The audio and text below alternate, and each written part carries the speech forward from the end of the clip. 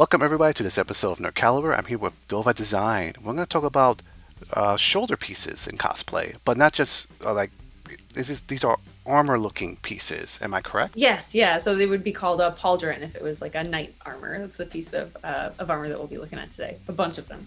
Excellent. Yeah. So please show us what you have created. Yeah, for sure. Again, my name's Sam. I'm Dovah Design online, and so I'm going to walk you through some of these pauldrons that I've made. Again, they're shoulder pieces. So my specialty is with armor. I'd use a variety of materials. So I'm actually just going to, I guess, walk you through kind of the order that I made them. That kind of seems the most logical to me. Starting with this little pauldron right here. So this is actually goes with a Skyrim Ancient Nord armor. So it would sit on your shoulder like so. Nice little furry pad. This was constructed, I did it back in 2014. It was part of my first cosplay that I ever made. And I began dabbling in Worbla. So if you guys aren't familiar, Worbla is a thermoplastic material, which basically means that it's a plastic that when you heat it up, it gets really pliable like Play-Doh, and then it gets really rigid again once it cools off. And so that process happens in all of about 5 minutes that you have to shape it, and then it cools off and you can reheat it and such. So all of this is made of Worbla. And then on the underside, I can show you too, I have the fur pad, but beneath that is these little D-rings. Not sure if you can see that then come through the fur here and make these little, it's kind of hard to see with all this fuzz, but there's these little straps that then Velcro onto my armor. Because I'm sure as some of you guys know that do cosplay or maybe not, it's, not always exactly obvious how an armor piece attaches. So sometimes you have to kind of hide it and make it look like they're floating like magic on your body. So that was kind of the challenge with these, was making it not really look like it was really fastened on, but kind of just sitting comfortably on my shoulders. So in the video game Skyrim, this is the Ancient Nord armor. So it is a very specific armor set that you can get, and I did do the whole outfit to go with it. So it matches that. Okay. Excellent. Oh, and I know you have more than one. What else what other pauldrons have you Oh yeah. created?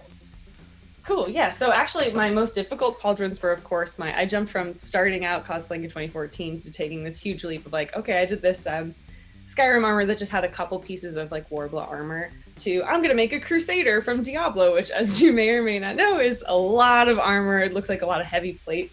So that brought me to this next pauldron that I made for that outfit. So it is significantly bigger, as you can see. It actually is made of almost every single costume crafting material that you can think of. So the center of it is actually a cardboard cutout to actually get the initial silhouette of the pauldron piece. Then that was actually covered in expanding foam. I actually have since gutted out some of that foam to make it a little lighter and then coated it with an epoxy, which makes it pretty hard and resilient. Then this top piece actually is Worbla. There's also some paper clay, or these little sculpted details all around the front here.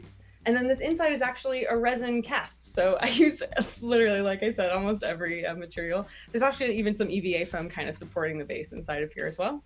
And even like a Worbla little pad for it to sit on and LED lights and such. So this is a pretty nutso one, but it's one of my favorites. I think it's pretty fun to wear.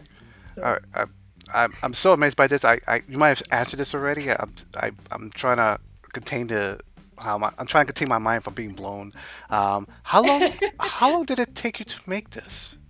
So I started this in like April of 2015 with the goal of having it ready for Dragon Con that year, which is Labor Day weekend, so about September. And I kind of, my first iteration, I wasn't very happy with, so I walked away from it for a couple months. I didn't really showcase it at Dragon Con. It wasn't really working for me. And then in 2016, I went back and did it again. So it was over the course of then maybe like another April to September kind of deal to then refinish and be happy with the final piece. So on and off like a year to really get it all done. And of course there was a whole other armor set that went along with it. So it wasn't just this one piece for that amount of time. I this might even sound like a very newbie question, but the lights that are inside there, is it safe? I guess you could say. Do you have to worry about it shorting out or anything like that? Yeah, so this actually, being my first project that I did with lights, I actually opted for, instead of actually wiring my own LEDs, I actually am using a pack of fairy lights. So you can kind of see this little battery pack comes out. So it's actually like a pre-purchased one, so I don't have to worry too much about it being unsafe. Like it's something that you might use like in your house for Halloween decorations or something like that. And then I just Velcroed it in here, and it's actually like kind of all the little beads are kind of glued to the inside of the resin there.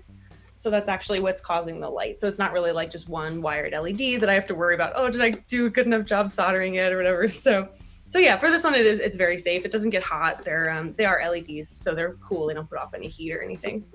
Oh, okay. Did you have to use any paint? Is that strictly just like just the colored Warbler? Is there any paint involved in that? Oh no, yeah, this is all it's gessoed, sanded, painted. So these are all custom mixed acrylic colors that I paint by hand. Okay, and I have that. Is it heavy? This pauldron, yeah, this one is pretty heavy. Just because there's so many materials in it. So like it'd probably be about, it's got to be like a pound and a half or 2 pounds, maybe a little more than that. And there are two of them, of course, so they would sit on either side and strap in. So it's kind of like this balanced 4 pounds on your shoulders when you have them both on. Okay, and Yeah. how do you get it so that it's not too big or too small on your shoulder? How do you measure that exactly? So for me, with this one specifically, it was a lot of trial and error. But I have heard a lot of my friend cosplayers, they actually like print out a picture of themselves and kind of just sketch it to kind of get the right size, and then we'll actually proportion it to their body that way. I kind of wung it with this. I did the initial kind of cardboard cutout. I was like, that looks right. I like it, and just kind of made it. But then, of course, obviously looking at the video game model too. So trying to look at like the character in game, how big is it on their body, and trying to make it, proportionally then to my size as good as I can with, eyeballing it and being artistic license, if you will. Where when you're making the armor, where in the process do you say, okay, now it's time to make the shoulders? When does that come into play? Yeah, so specifically a lesson I learned with this pauldron, the first time that I made it, I couldn't really get it to attach properly. And so from this point on, from that, like you say you call it a failure, but it's really not, it's a learning lesson. From that, I really decided it all has to be planned out up front. So you need to decide, where is everything going to attach? How is it going to attach? How heavy can it be? So that is something that I consider now from the very beginning, before I even actually start heating up any Warbler or making a pattern. So from the very beginning, for sure, is kind of planning for that. Okay, okay. Is there any other pauldrons you wish to show us? So these are from my Snow White Knight armor. So this was a custom armor that I designed just from my head that I wanted to make. So it's like if Snow White was kind of a Prince Charming character. So it's more like instead of a damsel in distress, if you will. So I tried to copy, actually the pauldrons were the reason that I wanted to make this armor, and kind of where it came from in my head was thinking of Snow White's classic dress with her slash sleeves and that red that shows through. I was like, I'm going to make that a big pauldron, and actually put like little like diamonds in there, and make it really feminine, but still like an armor set. So that's what this is from. These are all Warbler. So all of the little details, even the like braiding on the side here, is all Warbler and hand done on there.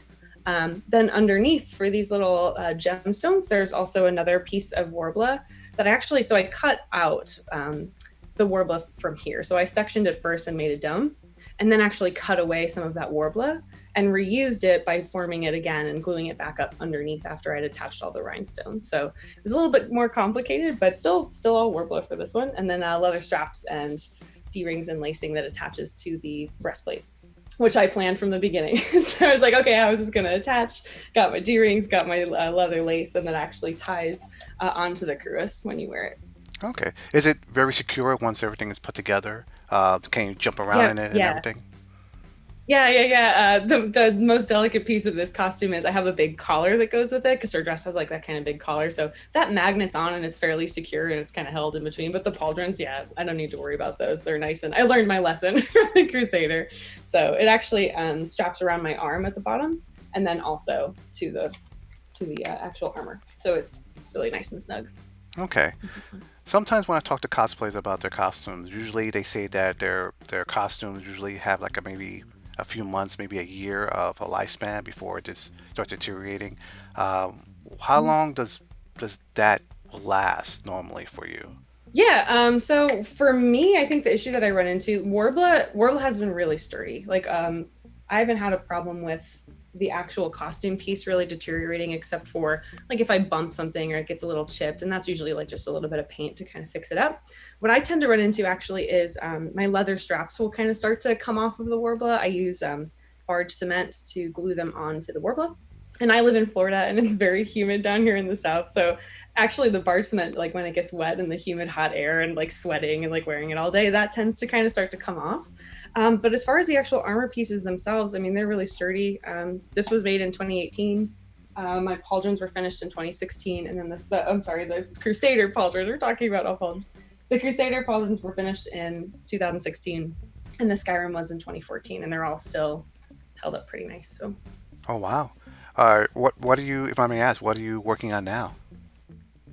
right now, I'm actually working on some commission work. So I'm actually doing a custom blue dragon armor. So that's what I'm actually working on right now.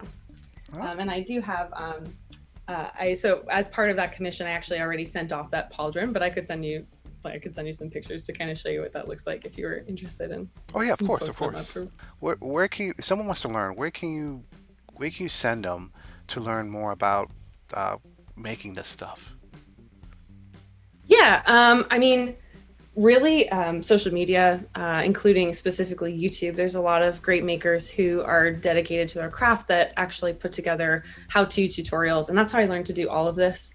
So specifically, some cosplayers like Kamui Cosplay in Europe, Punish Props, they're out on the West Coast, and several others that just have fantastic tutorials. Anything that you need to learn how to do, there's someone who's made a video of it. I'm working on doing some of that myself, but it's a little bit of a slow process for me. So I know there's a lot of work involved in doing it, and it is, my part-time job right now. So Hmm. So, is there anything that you would like to share that I haven't asked you yet about making these pauldrons? Anything that, um, any tips or tricks, anything that I might have not asked? I think I would just, I did say this, but I would just reiterate again that um, planning for your pauldrons should start at the very beginning, figuring out how you want them to attach and how they're going to secure, especially because they're a piece that you want to have a lot of mobility in. So thinking about how you're going to be able to move underneath or where they might rub the other pieces of your costume or armor that you might want to pad or protect so that you're not scraping paint or you're not uncomfortable all day in them. So I would just reiterate that to make sure you're planning for it. Okay, excellent. For anyone that wants to know more about your work, where can they go check out your stuff? Yeah, I'm on Instagram at Dovah Design. I'm also on Facebook at Dovah Design. And I have an Etsy shop as well that helps support my making habits with some trinkets and fun costume pieces there as well. Excellent. Well, thank you so much for your time, and everyone out there, thank you for watching. And yeah, please stay tuned for more cosplay content. Thank you. Thanks for having me. Thank you.